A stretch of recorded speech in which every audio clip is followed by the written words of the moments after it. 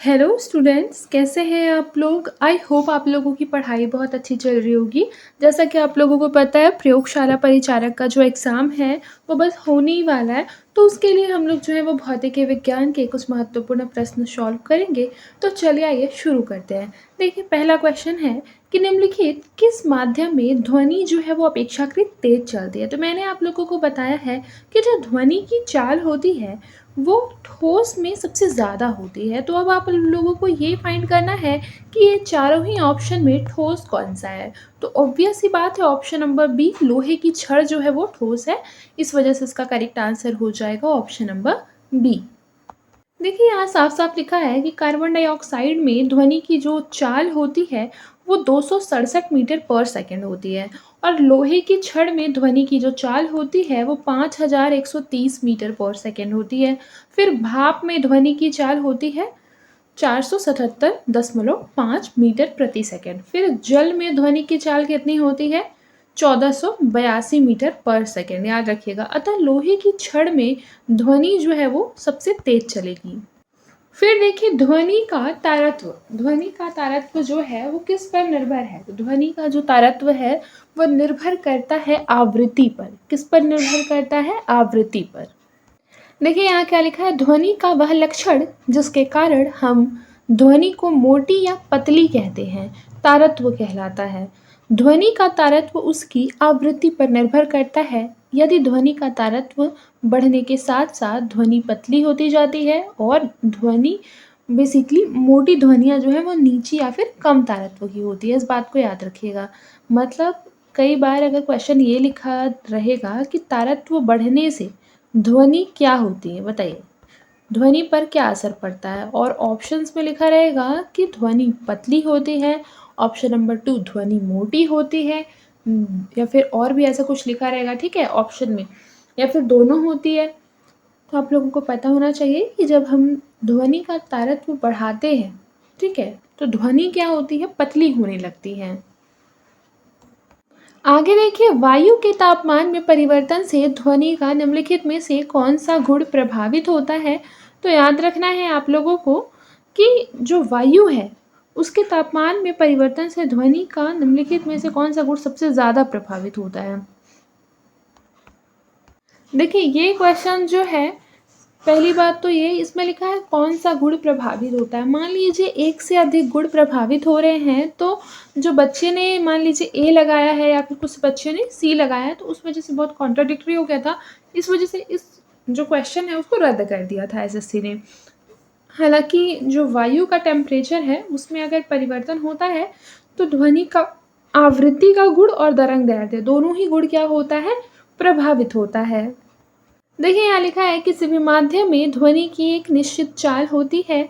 किसी भी पटाखे या तड़ित के गर्जन पर ध्वनि प्रकाश की चमक दिखाई देने के कुछ समय बाद ही सुनाई देती है। आप लोगों ने देखा होगा, अभी तो बरसात का समय है, आप लोगों ने देखा होगा कि जब भी कहीं बिजली चमकती है आकाश में, तो बिजली चमकती है तो उसकी चमक हमें पहले दिखाई देती है, लेकिन उसके लगभग 2-3 सेकंड के बाद हमें वो बेसिकली सुनाई देती है। ऐसा क्यों होता है, बताइए? क्योंकि ध्वनि की जो चाल होती है वो प्रकाश की चाल से कम होती है। इसी वजह से प्रकाश हमें पहले दिखाई दे देता है, लेकिन जो ध्वनि है वो हमें लगभग कुछ सेकंड के बाद ही सुनाई देता है। आई होप आप लोगों को समझ में आ रहा होगा।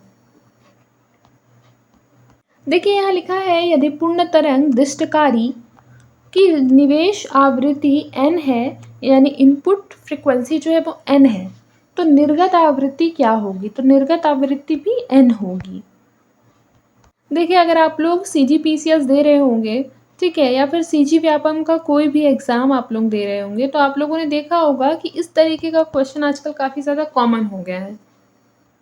फिर देखिए, स्टेथोस्कोप जो है वो किस सिद्धांत पर कार्य करता है? तो remember that very very clearly that जो स्टेथोस्कोप होता है वो ध्वनि के परावर्तन के सिद्धांत पर कार्य करता है। ऑप्शन नंबर सी इसका करेक्ट आंसर हो जाएगा। और आप लोगों को इतना पता होना चाहिए कि स्टेथोस्कोप जो होता है उससे हृदय की धड़कन मापी जाती है, हार्ट बीट मापी जाती है। पर देखिए, किसी सिग्नल के तरंग रूप का अध्ययन किसके द्वारा किया जा सकता है? तो किसी भी सिग्नल का तरंग रूप का जो अध्ययन है वो किसके द्वारा किया जा सकता है? कैथोड किरण दोलनदर्शी यानी कि ऑसिलोस्कोप। ठीक है, ऑप्शन नंबर बी जो है कि इसका करेक्ट आंसर है। कैथोड किरण दोलनदर्शी द्वारा खराब इलेक्ट्रॉनिक उपकरणों से आने वाले सिग्नल दोलनदर्शी के एम्प्लीकॉपर पर प्रत्यारोपित करके तरंग के रूप में स्क्रीन पर देखे जा सकते हैं।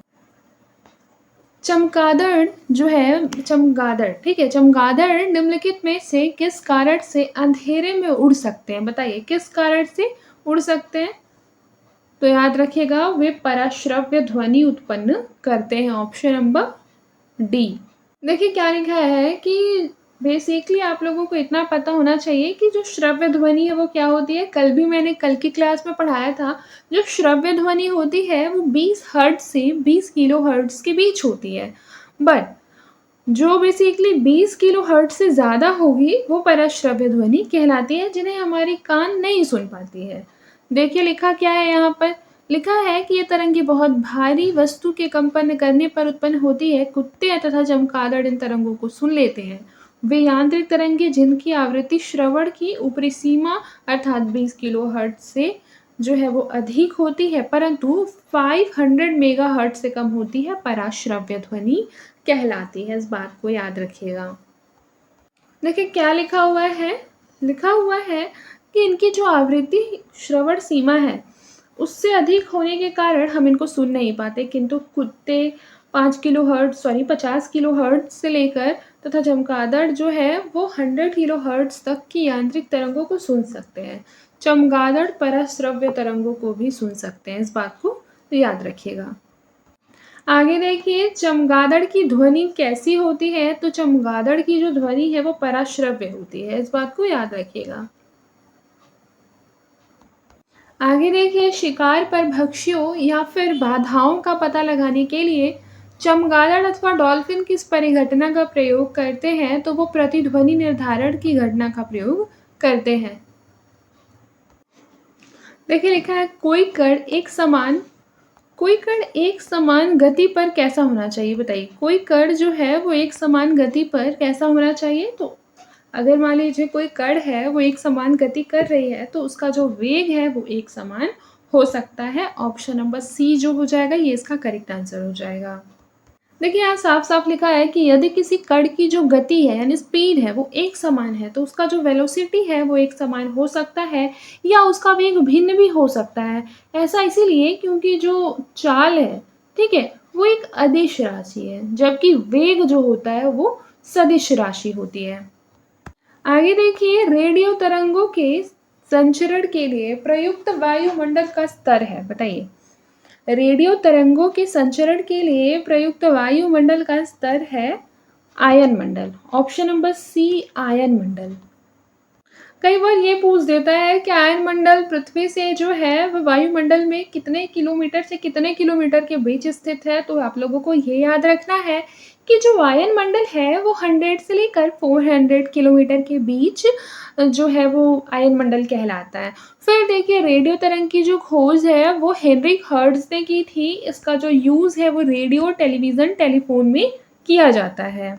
आगे देखिए, रेडियो संचार में प्रेषण एंटेना के द्वारा उत्सर्जित संकेत प्रतिबिंबित होते हैं। तो इसका करेक्ट आंसर हो जाएगा आयन मंडल पर। अगला क्वेश्चन है कि पृथ्वी के वायुमंडल की कौन सी परत रेडियो तरंगों को वापस पृथ्वी के पृष्ठ पर परावर्तित करती है? इसका जो करेक्ट आंसर हो जाएगा ये हो जाएगा आयन मंडल। आगे देखिए, जब कंपन जो है वो स्वरित द्विभुज मेज पर रखा जाता है तो एक तेज ध्वनि सुनाई देती है। यह किस कारण से होती है? तो यह होती है अवमंदित कंपन। ऑप्शन नंबर डी अवमंदित कंपन। फिर देखिए, एमआरआई मशीन जो होती है निम्न में से उसमें किसका प्रयोग किया जाता है? ध्वनि तरंगों का, एक्सरे किरण का, या फिर पराश्रव्य तरंग, चुंबकीय तरंग। तो याद रखिएगा कि जो एमआरआई मशीनें होती है उसमें चुंबकीय तरंगों का यूज होता है।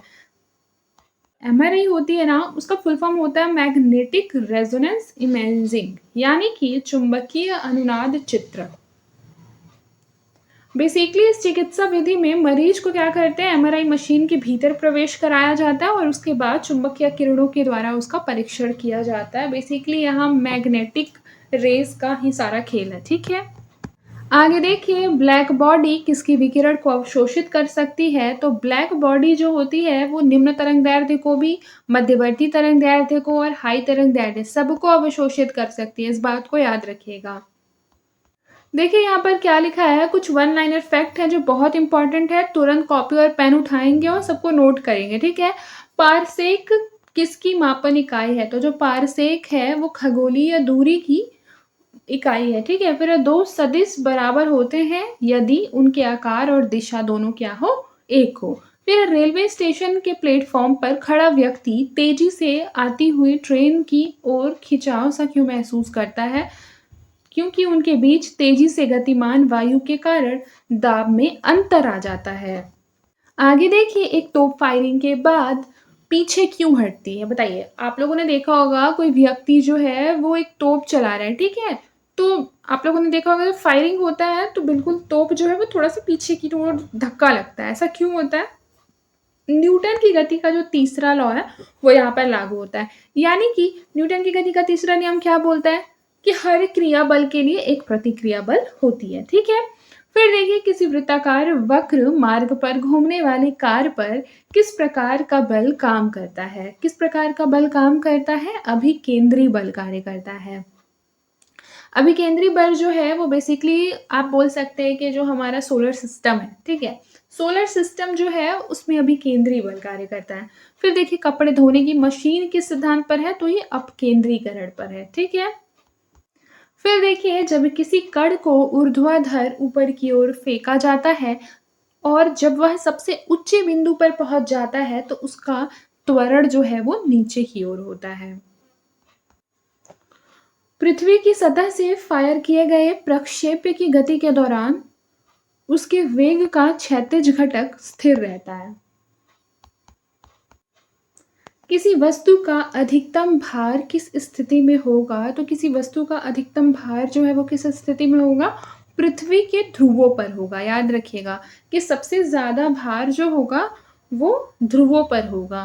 फिर देखिए जब लोहे में क्या होता है, जंग लगता है तो उसका वजन बढ़ जाता है, इस बात को याद रखना है। कई बार ये क्वेश्चन जो है वो एग्जाम में पूछा गया है कि जब लोहे में जंग लगता है तो उसका वेट जो है वो बढ़ जाता है।